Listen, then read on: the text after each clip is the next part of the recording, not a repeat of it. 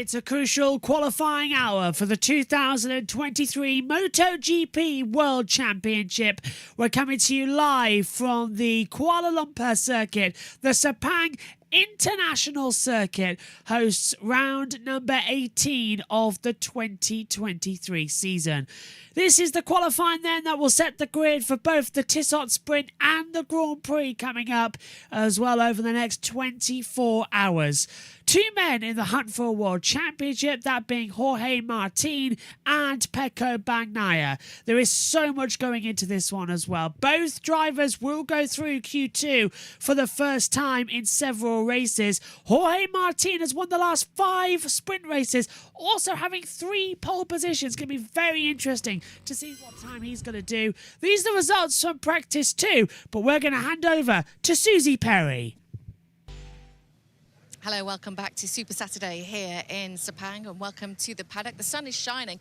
No sign of the rain that Neil has predicted, but it is supposed to come a little bit later on. We're getting set for Q1, and I suppose the standout star, if you like, the name going in Q1 would be Aleix Espargaro, Sylvain. And he's had a torrid weekend so far. What's been going on? Loads of crashes, 4 crashes in a row like yesterday. I mean, that was, it's not something that you see very often. So Aleix has put that down to a new fork that they're trying. Well, it's not really a new fork. It's a fork that most of the paddock use, most of the factory bike use. It's got an extra 10 mil in stroke, so a little bit more travel in the fork. And so the Ducati use that kind of spec, and the Aprilia are not. And they've been trying that a few times already this year. But then Aleix's feeling with that fork was never good, and they've always come back. So therefore here they're going to give it another go. And obviously, it didn't work quite well for them. So what's the idea of that fork then? What should it give them? So the idea is you get an extra 10 mil at the bottom of the stroke, and it's supposed to give you a better feeling on braking. Braking. So instead of being really at the bottom of the stroke and not being able to use that part, because it's basically like a stop at the end of the fork, you got that extra 10 mil for a little bit more damping. Brake a bit deeper. Yeah, so that's the theory. But then when you actually try it, it doesn't feel like that necessarily. So, for example, with the Suzuki, we tried it at the time, and we didn't like it. None of the Suzuki riders liked it. So like it's not working for Aprilia either then in that case. OK, let's get the feel from the team. Rachel is down there with Paolo Bonora. Paolo, a quick word on your boys yesterday. Obviously, it was a day of crashes for Aleix. 4 in the end. I'm sure we don't want to dwell on that too much. He said it was due to the front forks. Is that something you've changed? Because he obviously didn't have enough in that session just now. Yes, for sure. Yesterday was a very difficult situation for us. Today we changed the front fork because probably we found something. We hope that passing through the Q1 is necessary for him to push a lot, too much probably, because was not expected since yesterday to have such a difficult situation. At the moment, we are not in comfort with the bike. Both riders felt that it is difficult to stop the bike in the other braking corner. But for sure, we keep working until this qualifying, and after the sprint, probably we study more the situation to improve. I mean, Maverick looked more comfortable yesterday, you know, going straight through, obviously, to Q2. Obviously, that story about him trying to keep his body temperature down and that air cooling system you now have in place, is that helping him? At the moment, he felt something.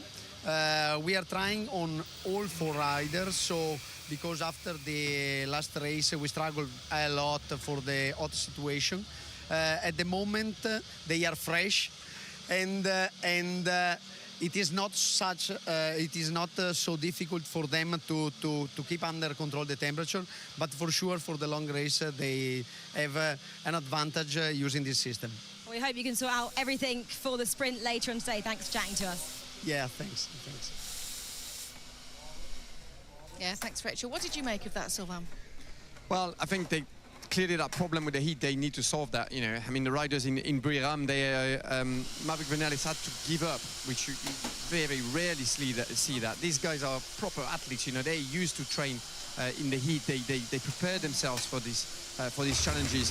Aleix Espargaro came back in the pits. He had to slow down in the last few laps, and he came back in the pits. He said he felt like dying. Raul Fernandez the same. He had to slow down. So they have that problem that they've got this airflow that is not going in the cockpit area, and basically their head is completely cooking, and it's making you losing concentration. The body temperature, the core temperature goes up, and suddenly you break your braking markers, and you miss your braking markers, and you're having problems to control the bike, because it's not just physical controlling the bike, also mentally you've got to be sharp, you've got to be there. So they have to resolve that problem. It looks like they are trying to find a solution with that new vent, and it looks like it's working. So hopefully that will be the end of that for them. Fingers crossed, because of course the more different hot countries you go to, the problem is just exacerbated. The session is underway. Then Neil is alongside Gav for Q1. Thank you very much. Yep, away we go then for the first part of qualifying. Morbidelli versus Marc Marquez at the pit lane. This is going to be a very interesting session.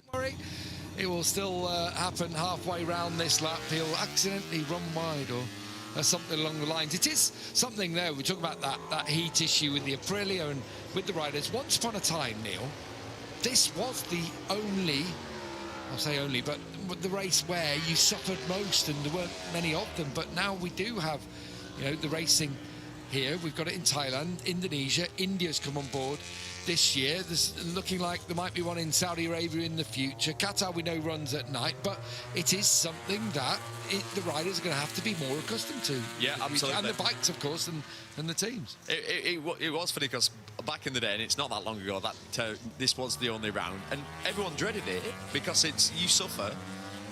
There's no one riding a bike around that. Oh, actually, I'm on the Yamaha and it's super cool.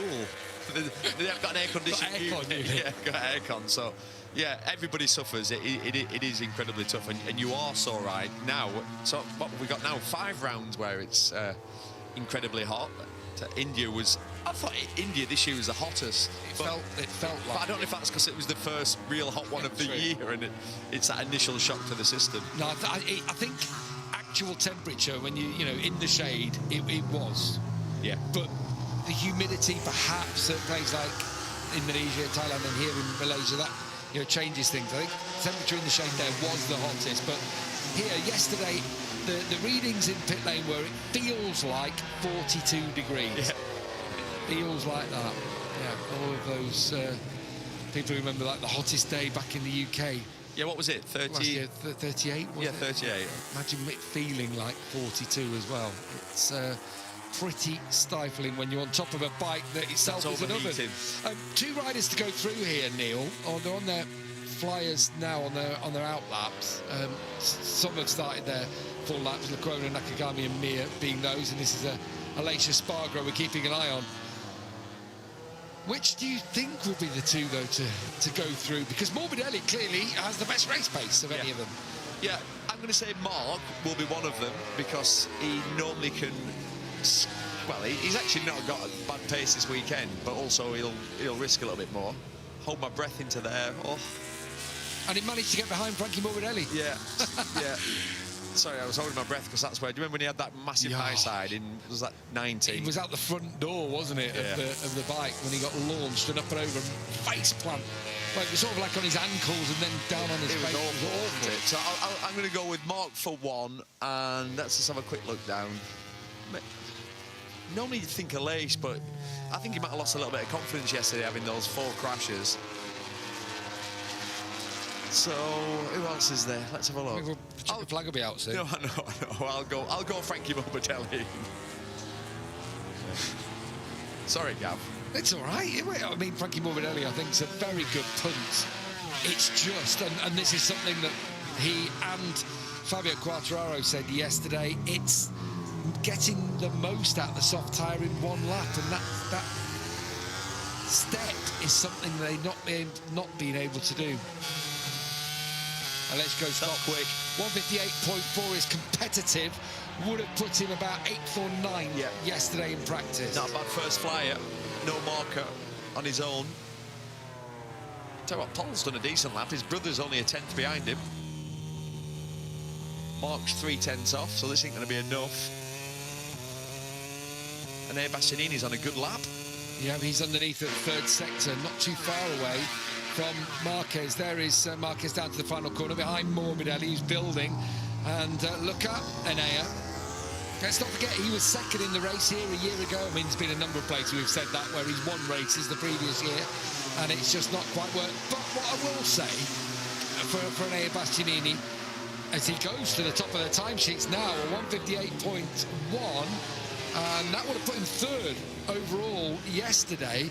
What I will say is he's tested here at the start of the year. There's comparison data to do, and all these kinds of things might just help him that little bit. Yeah, absolutely. And it's a track that everyone knows really, really well. And you've got let's say, decent base setting when you come here. So he has been having a better weekend. He's been playing around with a thumb brake. That's been a little bit different for this week. So it's all ready then, and so is our brand new qualifying tracker screen.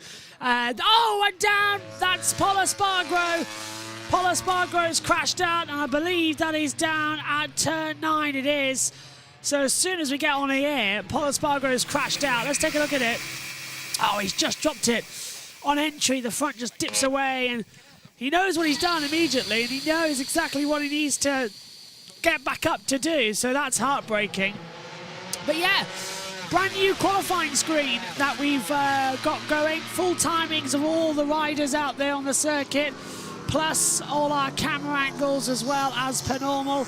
So just a little bit more information for you for these qualifying sessions to look forward to going forward.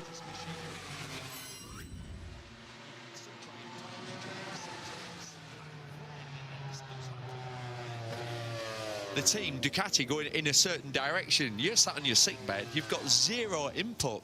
So then, of course, they're going to listen to your teammate, who's Pecco Bagnaia, leading the championship at the time. And then it might be the bike is tailored ever so slightly in his direction, and that might not be a direction you'd want to go in. And by the time he got back and jumped on the bike, he's not been able to do anything really, has he? So exactly what Pecco said, Neil, was that phase from initial brake, the turn into the corner with the brake on, that's where Bastianini made up time. And Bagnaia says, with this bike, the way it's gone, with him and Martin, it's not that. The sector that's most important is the traction, and that's where they've worked on most, and that's where he feels that NA has missed out this year. Yeah, it's been tough for him. It'd be nice for him with these last 3 races to get his best results, qualify well, and then go into, obviously, the test on Tuesday, get on the new bike, and let's hope we can get the old Enea Bastianini back, because he's such a talented rider. So Marc Marquez's second attempt, which was in touch, as was Morbidelli's, had to be abandoned with that crash for Pol Espargaro, brought out the yellow flags. As it stands, it's Bastianini and Frankie Morbidelli who will be going through into Q2. No Aleix Espargaro or Marc Marquez or Fabio Di Gianantonio as things stand. Alvaro Bautista, as it stands, is down in 10th place. It's a strange comment from Paolo Ciabatti. Martin's level, it's a reality we should consider him for the factory team. We've been discussing that off air a couple of times this weekend. There's a few things at play there, isn't there? If they have a world champion, they want him about that. They want him in red. They'll be talking about this now. Is this as well a mind game situation? Not that it would be from Ciabatti. You know, he's the sporting director at Ducati Corsi, not necessarily for that team. How I see it, I feel strongly about that if that happened, because, and I know obviously we've seen it this year with so many different situations with contracts aren't worth the paper they're written on pretty much. I'll tell you what, Mark was definitely waiting for him, wasn't he? Anyway, but then if you're Pramac and you've been involved in this championship for 20 years and you've been running Ducatis for 15 of them, and you've spent I don't know how many millions with Ducati, you win a world championship, and the first thing Ducati do is take that rider off you, so then you don't ever get a chance to run the #1 plate on the Pramac Ducati. I think that's just not sporting at all. expect. Quick! Someone, the radio's come in from the man who's stood down outside the Yamaha garage, and it is a situation. There's someone with a walkie-talkie. Right, he's off, and here we go. This isn't Frankie dawdling, which he got caught out with again yesterday. It's him trying to just lose Marc Marquez. As most people have found out this year, it's easier said, thought about, than actually done. I don't think anyone's been able to shake him off at any point, because if they suddenly try and go, Mark just does it, just goes with them.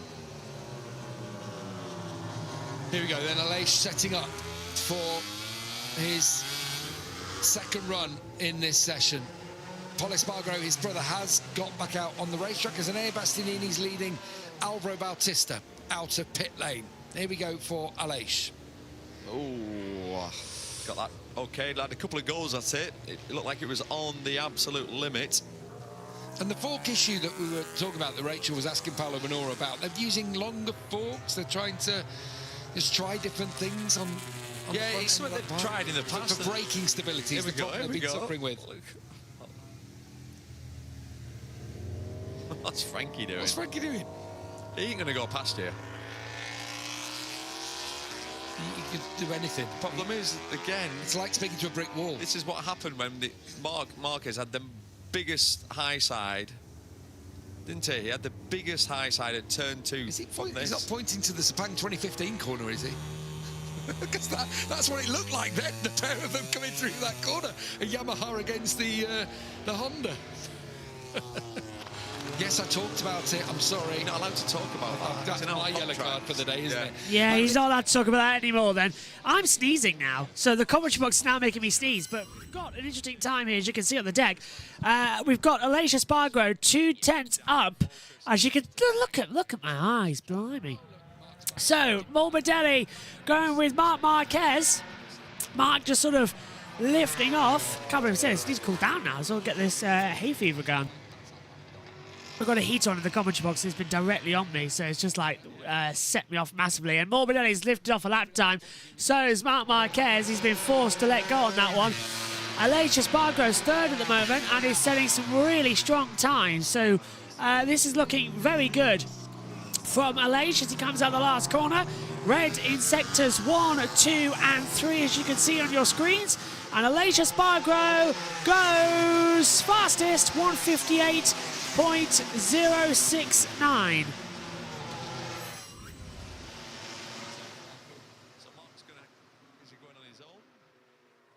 No. What will happen here is he will push. Frankie Morbidelli is now out as things stand. And you know Marc Marquez will run wide at turn 9. He will sit up somewhere around on this lap. This is a cat and mouse game that's going on here. But we know, we've seen it so many times already this year. Santi Hernandez knows what's going on. Both, of course, leaving their Japanese manufacturer at the end of the year. This is turn 9, little sit-up perhaps.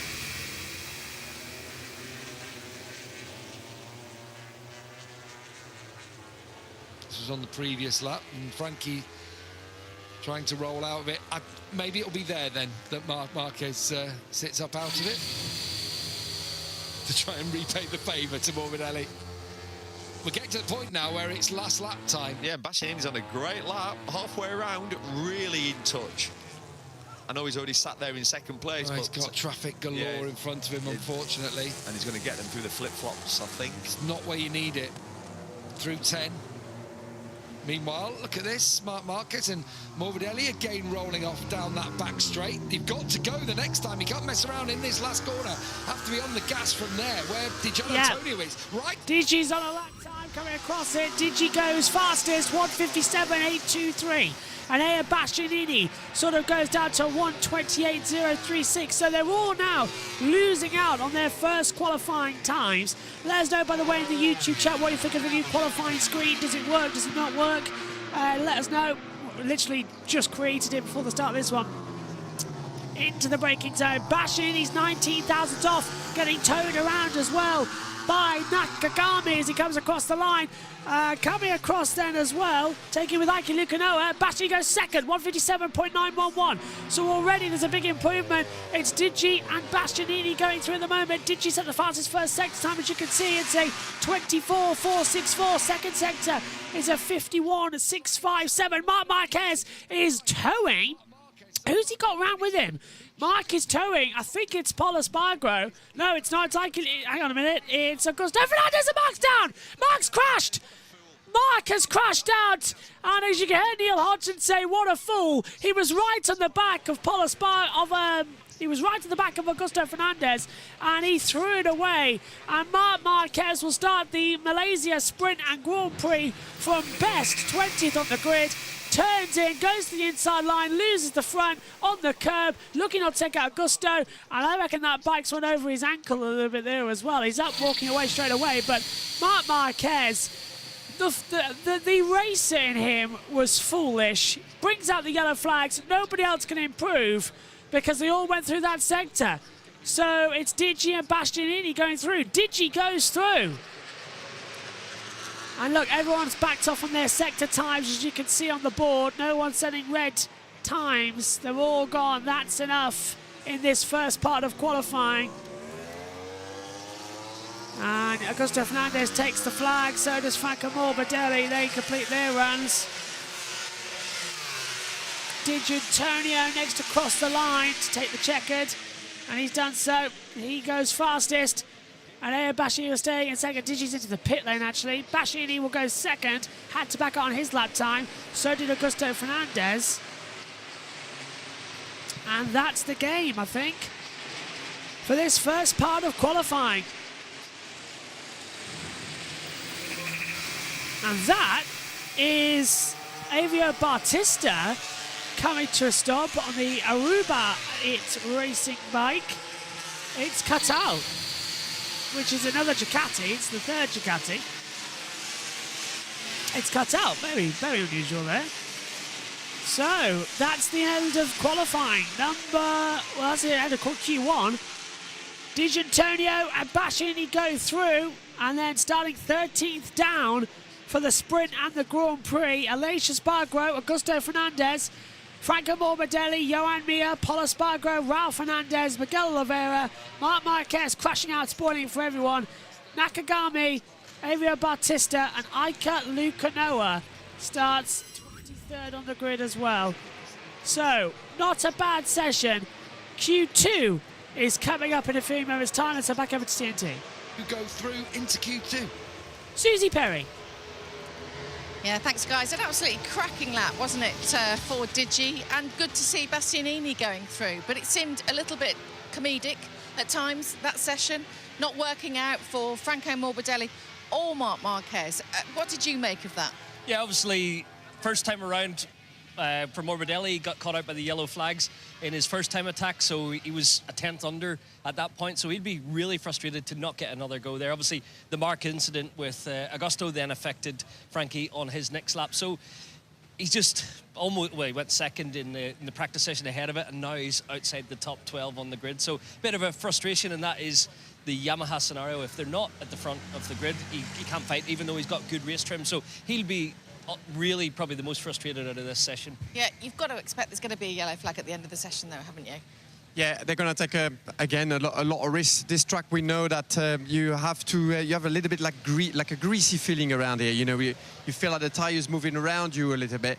But saying that, it is getting hot now. The sun is out. The track, like the asphalt is heating up. And they're still doing 57s. I mean, 57 around here is absolutely stunning. So it was a great lap by Di Giannantonio, and if they better that, they're going to set a new lap record in those kind of very hot conditions. So it is quick, it's going to be tight, and it matters so much because obviously that will be setting up the grid for sprint and for the race. We don't know yet what's going to happen with the conditions and that, so you need to be up front.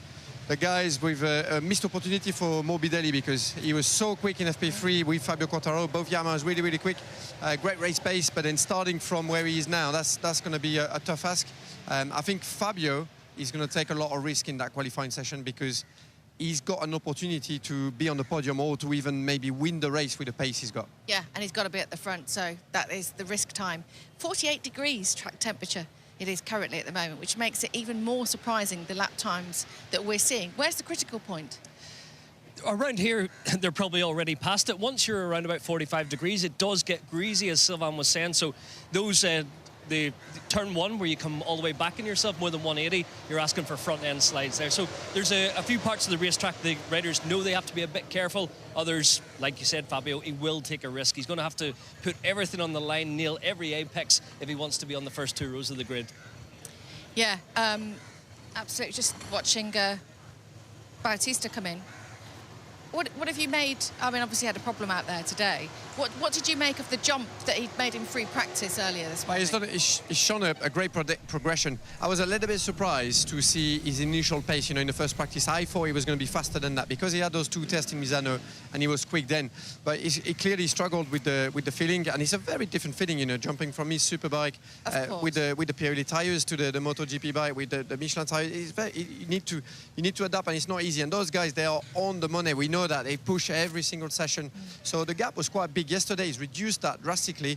He's now, you know, under the 2-minute mark. So he's done some good lap times, and it's progressing. But yeah, I feel like, you know, he's missed a bit the train because of the early struggle he had yesterday. It looked like he was losing a lot of time around turn 2, and maybe he's made a jump there. Yeah, a little bit in getting used to the tyres, and turn 1 to 2, it's really slow. It's quite easy to get chatter there. So I think he's probably spent a little bit of time adapting, learning to use the lowering device, because you don't have that in World Superbike. So that really propels you off the corner. So if he'd had a test here, as Danny did prior to his wild cards, it allows you to start Friday on the money. So he's catching up. He will get there, but it's probably going to be a little bit too late. Yeah. Has your brother-in-law made any difference? I haven't actually caught him yet this weekend. I will go and see him. Davis, obviously, is his rider coach, isn't it? Helping him out and spotting and helping him around this weekend. But it's great to see him in the paddock, and it's been a good conversation. Right, what about this next session coming up then? How vital is it in terms of the championship? It's so important. So important. Both for these guys, they know that from now on, this is where it all matters. They have to put it all on the line. The starting position is really important. They need to be getting that pace. Jorge Martin has been excelling so far at the one lap time attack. So far this weekend, he's just looked a little bit off. So we don't know if the pressure is getting to him a little bit. We know that Pecco thrives under pressure. Last year, though, he didn't qualify very well. He was 9th on the grid. But he did a great start and a great race. So there's all to play for, and then you got the wild cards, as in, like, you got your Fabio Quartararo that could win the race and has got a great chance of stepping in. And the KTMs have looked fantastic across the weekend as well, and Alex Marquez as well. Both KTMs, we are quick. Jack Miller back on the pace with now that we've got rid of that different spec rear tyre that he's not getting on with. So, yeah, it's a hard one to predict, that one. Yeah, although Alex Marquez is going to have to come from quite far back, isn't he? Whereas these two have looked very, very strong. And particularly good to see Jack back on it, because he's struggled of late, hasn't he? Yeah, it's not been clicking for Jack. And as soon as he rolled out yesterday, he felt a bit better with the more regular generation tyre with the normal carcass. But he put in a good lap in practice yesterday afternoon to get through to Q2. So he's a good qualifier. If he can be in those first 2 rows, we know Binder's a racer, but as is Jack. So, yeah, I think the KTM boys have something this weekend. So Alex Marquez on screen there, and Fabio Di Gianantonio joining him for Q2. No, he's not. Yes, he is. Yeah, of course. Yeah. Sorry. And both in the 57. I'm having a jet lag moment. It was absolutely fastest in the last session. Of course he was. I was questioning myself there. I'm getting them mixed up, actually. So, yes, they're going out. I mean, Alex has been so fast recently, but he's made some errors and kind of not made many friends in the paddock recently. Yeah, and he's just recovered from speaking to him with him yesterday. He said, you know, that rib injury that he sustained in India, that was really, really super painful for him for quite a long time. There was three fractured ribs, and he's now completely, this is the first time that he feels completely recovered. So he was on the money yesterday in the 57s, and yeah, he's a threat as well now, because he's been really, really strong so far this weekend. I'm surprised he's been able to recover so quickly with those ribs, because it usually takes months, really, doesn't it? It's very painful. But yeah, we were talking about Jack. What do you think the difference has been for Jack? I do think the tyre has played a big part. Even looking back to his previous seasons with Ducati, whenever they brought this stiffer construction tyre, it didn't work for him. So, yeah, now he's getting the feeling back from his machine. when I did speak to him in those previous rounds, he said, we're not missing a lot. It's just the tiniest little fraction here and there. But that's what makes the difference in MotoGP right now. Looking at the reigning world champion, the coolest man, the man leading the championship right now, and he does seem extremely relaxed, as opposed to Jorge Martin, who perhaps has a little more pressure, even though he's behind. He might be feeling it this weekend. Let's see how this goes. Gav, what do you think? Definitely the shots inside the garage that we've seen of Jorge Martin are intense. Now, he's quite an intense individual, but usually, Neil, it's almost as if the cool, the calm, the confidence exudes all that tension that's around Jorge.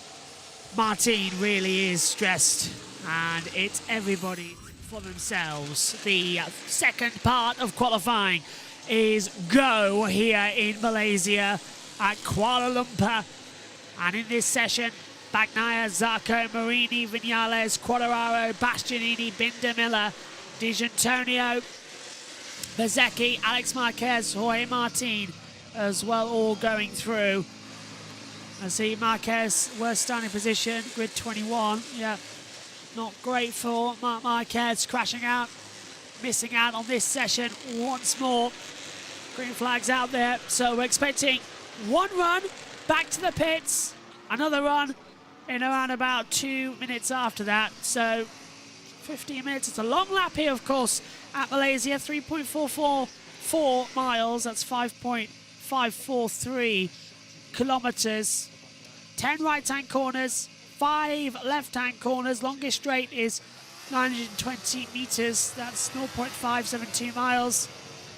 Constructed 1998, sorry. First ever race in Formula One, 1999. And then first MotoGP race just after that as well. And of course, MotoGP in Malaysia was more in love than Formula One. So Formula One went, MotoGP stayed. But there is a lot of rumours going around that Malaysia is coming back for Formula One. I'd certainly love it. I love this track. I love Malaysia. I love Sepang. It is a fantastic circuit, and I always love how we still get to come here. I haven't had a Formula One race here since 2017, but 18, 19, 21, 22, we've all had races here for MotoGP. Necklace, it looks like pearls on the for Fabio Quartararo, not the usual cross he has this weekend. As he comes down the back straightaway, out of turn 14 down to 15 to build up on his first lap times. Hopefully you all like the new qualifying screen for this one, because we all got bored of looking at the black screen. Obviously we have to go over there when we go to TNT and all that lot, but we did get bored of not having the correct graphics, so we hope you enjoy it a little bit more. As the field comes through, circulating once again here. As the whole field just keeps on running. And it looks like Morbidelli's backed out. There's several riders back out on lap times now, actually, as well. That's really strange. Pulling off on the down towards turn 14. They're all backing off on the lap time. Bagnaia's not. Miller just sort of is. Bagnaia wants to get on with this one. Doesn't know where he's going to be later on. He wants to get this sorted and wants to get a fly lap in. Martin is going to follow in behind as well. Miller splitting the two on the run down towards turn number 1. Both doing 332 kilometers an hour to the braking zone for a long sweeping turn 1 at a right-hander. Filters into a quick left at 2, downhill, first gear, 65 kilometers an hour. Swoops around a long turn 3, sweep right uphill as well from 4th gear, 260, down to the brakes, 2nd gear, 90 kilometers an hour. Bagnaia turns in, gets a much better exit as well.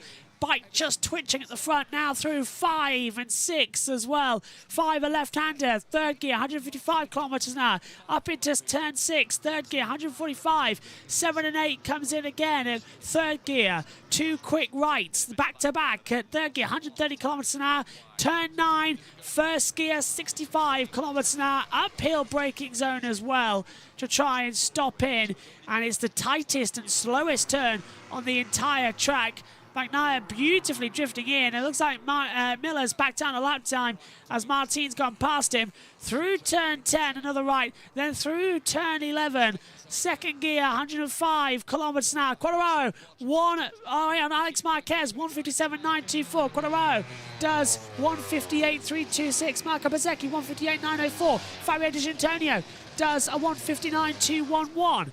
Marini's 44 thousandths up in that first sector at the moment, so there's time for him to find out here on the circuit as he boosters up the courage down the back straight away.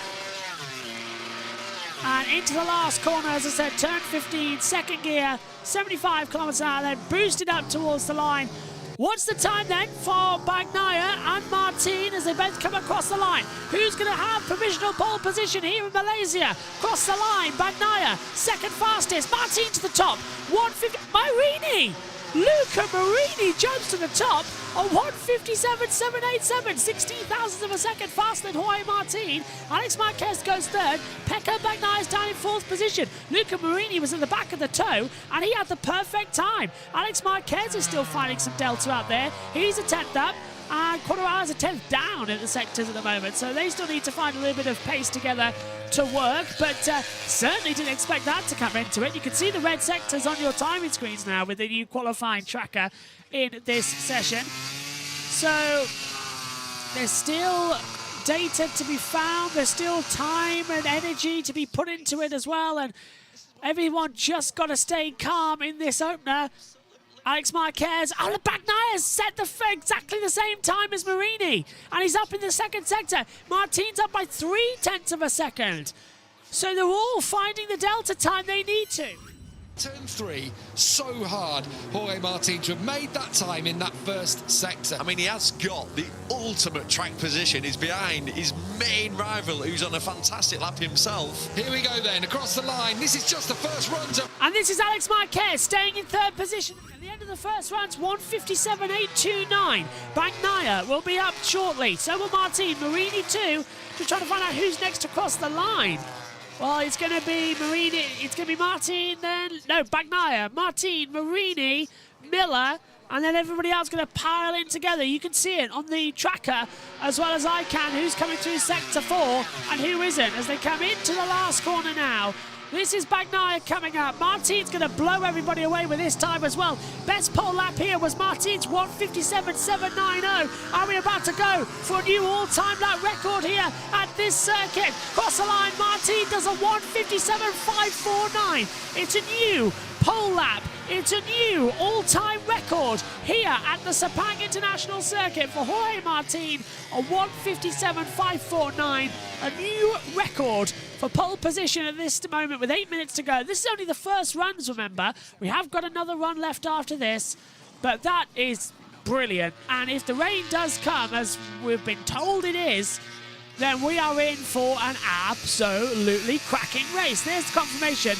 2 seconds faster than the race time last year, and it is 0.2 faster than the pole time and the all-time lap record of this track. So it's a 157.549 for Jorge Martin, a new record here in MotoGP.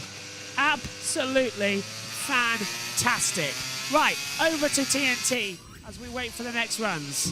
Miller 8th, Bezzecchi in 9th, then it's Didger, Zarco, and Enea Bastianini hasn't bothered with a fresh tyre. Yet. Still got a way to go, 7 minutes. Just need to catch our breath, as these riders will as well. Yeah, I was just thinking then, Martin, he can't rest on his laurels, so he will go again. Obviously, he's got another tyre, and he will have to risk everything. I was just then thinking, I wonder if he'll try and follow someone again, or will he just try and... Because normally, like you said, in recent months, he's done it all on his own. An interesting tactic, and as it stands, it appears to have paid off. Pecco Bagnaia, I will say, to his credit, when Marc Marquez has followed him, when anyone's followed him, Pecco's mantra is that the kind of character he is. It's just, yeah, okay, get on with it, crack on, you just have to deal with it. And I think he's had to do that, hasn't he? He's had to learn that, look, you just have to think about yourself. Yeah, a few times last year we got rattled, if you remember. Bagnaia, and he did learn from that, and that's what we, like I say, we just witnessed it then in Q1 with Morbidelli and Marquez. It just ended up a mess for everyone concerned. They both look at the big screen as they come back down pit lane, and Bagnaia will see that Martini's on top, 4/10 quicker than him. He'll look at his team and he'll say, 4/10. 4/10 is a lot. And he's behind half a second on the fastest ever lap. And fighting the fastest ever lap here. Christian Gabarini talks to him. Jorge Martin first to sit out there in pit lane. Yeah, they'll be telling him, they'll be going, mate, you were nearly 0.4 of a second up in the first split. How do you make it's 0.35 in that first sector? It's a real technical section, even though it's only turns 1, 2 and 3. Turns 1 and 2 are so technical. There's that many ways of going about it. But you wouldn't have thought you could make up massive amounts in a tight sector like that. By following somebody, and the sort of gap that Jorge Martin had on Bagnaia, you can make a bit up in the braking. So there's probably a 10th there. But then I think he'll have risked a lot into turn 2. It's easy to... It's such a tight, slow corner that you sometimes... You're preparing for the exit, and you can. It's quite easy to forget that you can attack that corner. But when you've someone in front, you can see that they're doing that, and you can really close in on them. Here we go again. Bagnaia leading out Martin. How much risk are you willing to take here, Pecco Bagnaia? How important is it to be on that front row and try and show the wheel to Jorge Martin at the start of the sprint later on this afternoon? Just over 4 minutes remaining in qualifying. As it stands, Martin will be making a long run, and it is a long run, down to turn 1 here. Pecco Bagnaia in last year's race made a blistering start, actually. He was down on the 3rd row of the grid and made up his way all the way up towards the front. So it is a long run down towards that. In fact, it's the longest run we've had pretty much since Barcelona. Well, we saw with the practice starts, the GP bikes get up to 170 miles an hour before they get into the braking zone. So they're up into, let me think, they're probably into they're into 4th gear, where we've seen quite a few of the race tracks recently. They literally clutch out off the start into 2nd gear on the brakes. So Bagnaia, he's let everyone out, but he's just gone, which he's done the right thing. Jorge Martin's ended up behind Maverick Vinales. I don't know if he's going to try and pass him on this out lap, or it's a tactic to drop back a little bit and have someone to aim at. Because Maverick's not shy around here. No, he's not. And Bastianini finally gets to go with his new tyre. You get an extra tyre for going through Q1, but you've used 2 already, and it looks like a mistake there for Enea, perhaps. No, made up time. It's a very strange corner, isn't it, turn 13, because it's kind of loopy. It doesn't feel like you're in the right part of the racetrack. No, it's not obvious where you need to be. It's a real technical part of the track. And Bastianini, however, is going to come across the line and goes up into 2nd position. So that's his best qualifying result so far of 2023, to have Bastianini on the front row of the grid. A remarkable time. Yellow flag sector 4. Someone's gone down to the last corner. Now, it's Di Giannantonio. Fabio Di Giannantonio's gone down to the last corner. Now, can he get it out of there? It's obviously turn 15, last corner. Oh, Digi just dips it in, and the rear steps out on him as well. No, Digi! He'll get him back into the pit lane, but I don't think he'll have another time to do a proper lap time run. As everyone has now, well, they won't have their lap time deleted because they would have gone through sector 1. So unless it's okay coming through again, they should be fine because we've got 2 minutes on the board. So first sector's not a lot of improvement here. But we're not expecting there to be improvement on this first lap, because this is all about warming up the tyre, one more step, finding what works for you, finding what... Oh, no, Marini! Marini's crashed out, and, well, that just sort of puts my point up, and that's down at turn 9, the first gear, 65 km/h corner. The front just buckled on him, and that's going to lead the bike there. Is that going to red flag the session, though? We saw it this morning in Moto 2. With Arzen Guevara. Marshall's there, ready to get it out. but that's spoiled everybody's lap time. So they've had a go in the first sector, but nobody was improving. Look, Alex Marquez, middle sector, that was it. But Bagnaia, he's backed out to 9/10. He was involved in that yellow flag zone. I was going to say he could have got away with it because he just bolted. So Bagnaia's lost a second, so he has backed off. So Bagnaia will go again, and they'll all have to run on the final lap of this qualifying session. That will be their match point. Bastianini improves to 41 thousandths of a second off of Martin's time. It's a 1:57.590. And they are Bastianini looking absolutely fantastic. Right, here we go then. Last lap the call for everybody. You can see all of them getting their lap times deleted by the stewards for the breach of the yellow flag. But that doesn't matter because this is the yellow flags are in. We've got 20 seconds left. This is their last run. Everyone now has crossed the line to start their last lap. Martin, very good. Bastianini looking good as well. Bagnaia's first lap time in the first sector is a 10th down, 0.118 off the pace. Oh, and Martin, only 76 thousandths off his own best time.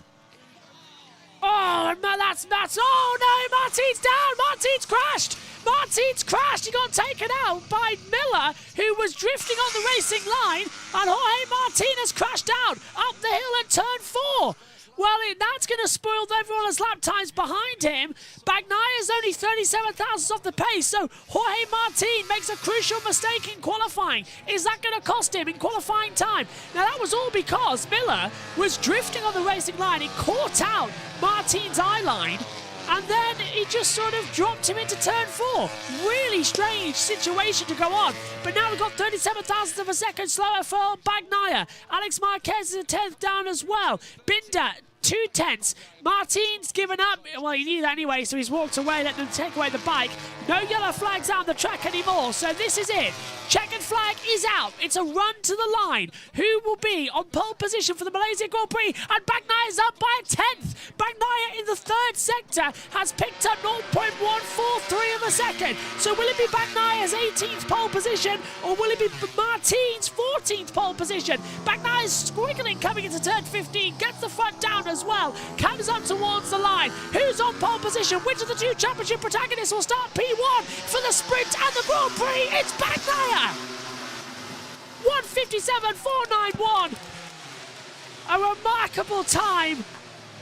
Alex Marquez goes fourth, and Bastianini takes his best qualifying of the year in third. Zarco loses out on lap times. Bezecchi, Binder, Quartararo, Vinales, Miller, Zarco, and that's the game. Everyone across the line immediately.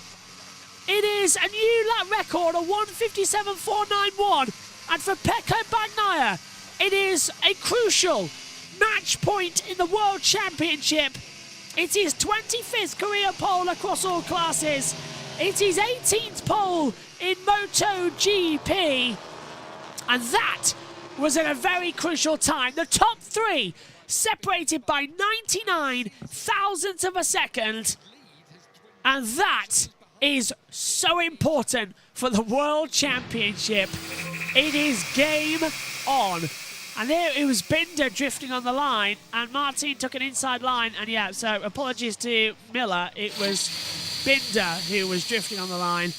But Bagnaia pole, Martin second, Bastianini third, Alex Marquez fourth, Luca Marini fifth, Marco Bezecchi is sixth, Binder seventh, Quartararo eighth, Vinales ninth, Miller 10th, D'Antonio 11th, Zarco down in 12th. Let's come over to TNT. Just witness the pressure is building on this man. We talked about it before the session. Martin knew he had to go quicker, knew that Bagnaia had more. Yeah, he lost the front there, but... You look at the data, I would love to see the data. Gav, he'll be 5 kilometres an hour too fast into that corner. It's noticeable, the speed he carried into it. Let's listen to it on board.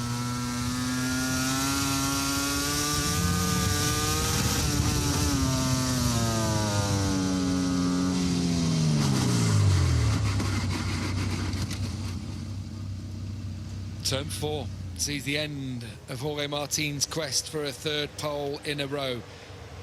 And in doing so, has he handed the advantage back to Pecco Bagnaia? who takes a 7th pole of the year, his first since the pivotal Barcelona-Catalunya round of the championship. It's mouth-watering, isn't it? The first and second in the championship, qualified first and second.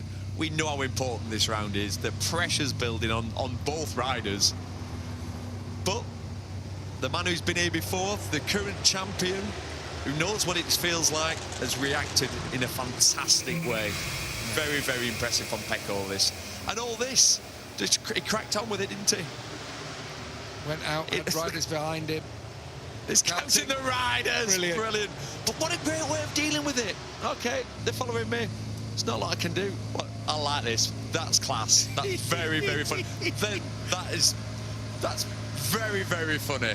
Look, all right then, boys. And do you know what? He just goes straight away, just attacks from the exit of pit lane, and actually broke everybody, so no one could actually get on the back of him. Class act from your champion. 91 points, the lead that he ate up of Fabio Quartararo. Maximum pressure, if you remember, in this race last year. Jorge Martin, you remember, crashed out of the lead in the Grand Prix here last year. Bagnaia went on to win and meant he had that tense final round. He said that was the moment he felt the pressure in Valencia last season, because he knew it was all in his hands and he could just ride home and manage it. Now it's Martin who has cracked here. I was going to say, just when you think you know how this is going to pan out, it takes another turn. All the momentum was with this man, Jorge Martin. I said at the start of the weekend, I genuinely thought he was going to get pole position, win both races, and then the championship would be like ridiculously close. I'm now starting to feel slightly different. 13 points, the gap between them in the championship. Has the momentum swung once again here in Malaysia? And Aya Bastianini, a surprise starter from the front row, but it's 1 and 2 in the championship, 1 and 2 on the grid for the sprint later. A shake of hands now, but how cordial is that going to be later on, Susie? We shall see. It's going to be a very entertaining race of the championship, that is for sure. So there's your top 12 starting grid for the Tissot Sprint and the MotoGP Grand Prix of Malaysia coming up tomorrow. Right, we're back at 6:50 GMT AM, 6:50 AM GMT for all of the action from the Tissot Sprint. Myself and Megan Burge in the commentary. Thank you very much for joining us. Sorry about the delay for everything. Well worth getting up or staying up for. So, Bagnaia pole, Martin crashing out, he's second. We'll see you later for the sprint. Bye-bye.